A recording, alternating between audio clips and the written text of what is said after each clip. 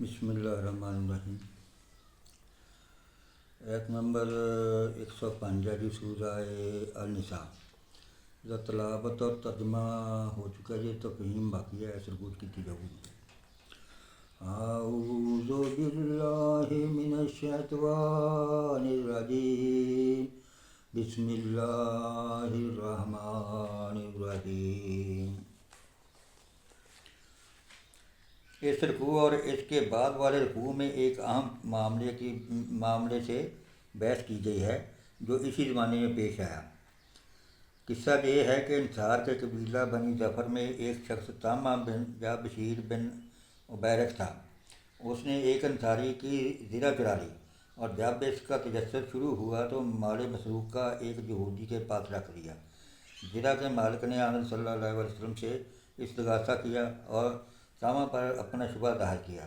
طامہ اور اس کے بھائی بندوں اور بنی ظفر کے بہت سے لوگوں نے آپس میں اتفاق کر کے اس یہودی پر الزام تھوپ دیا۔ یہودی سے پوچھا گیا تو اس نے اپنی برات ظاہر کی، لیکن یہ لوگ طامہ کی حمایت میں زور و شور سے وکالت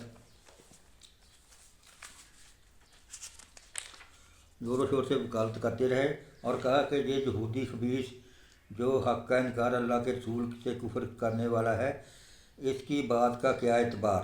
بات ہماری تسلیم کی جانی چاہیے کیونکہ ہم مسلمان ہیں۔ قریب تھا کہ نبی صلی اللہ علیہ وسلم اس مقدمے کی ظاہری رویداد سے متاثر ہو کر اس یہودی کے خلاف فیصلہ صادر فرما دیتے اور مستغیث کو بھی بنی عبیرق پر الزام عائد کرنے پر تنبیہ فرماتے۔ اتنے وحی آئی اور معاملے کی ساری حقیقت کھول دی گئی۔ اگرچہ ایک قاضی کی حیثیت سے نبی صلی اللہ علیہ وسلم کا رویداد کے مطابق فیصلہ کر دینا بجائے خود آپ صلی اللہ علیہ وسلم کے لیے کوئی گناہ نہ ہوتا، اور ایسی صورتیں قاضیوں کو پیش آتی ہی رہتی ہیں کہ ان کے سامنے غلط رویداد پیش کر کے حقیقت کے خلاف فیصلے حاصل کر لیے جاتے ہیں۔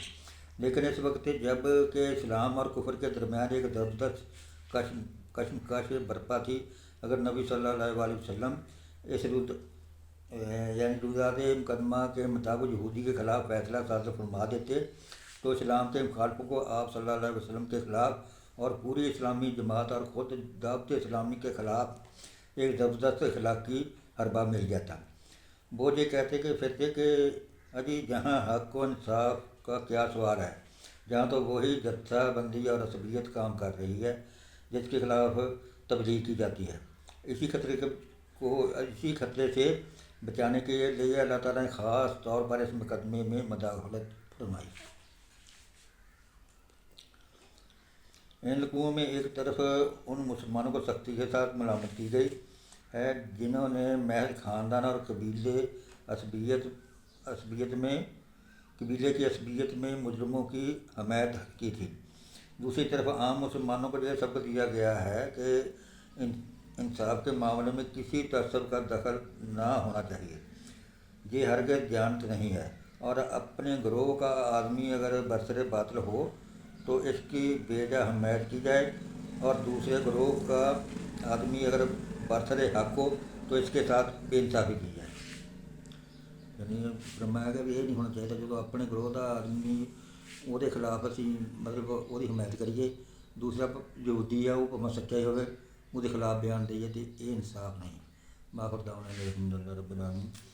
یا باری تعالیٰ بیٹا قرآن پاک بڑے عزت مینوں اور جنہیں مسلمان سنا سارے عطا فرمائیں، اور ہمیشہ سن قرآن پاک ترجمہ پڑھنے اس میں سمجھنے اور اس کے عمل کرنے توفیق اور ہدایت عطا فرما، اور ہمیشہ رسول صلی اللہ علیہ وسلم کی سنت مبارک کے چلنے کی توفیق عطا فرما، اور بروزے کے رسول صلی اللہ علیہ وسلم شفاعت کے ذریعے اور اس قرآن پاک کی ساتھ ساتھی بخشش اور مغفرت فرمائیں۔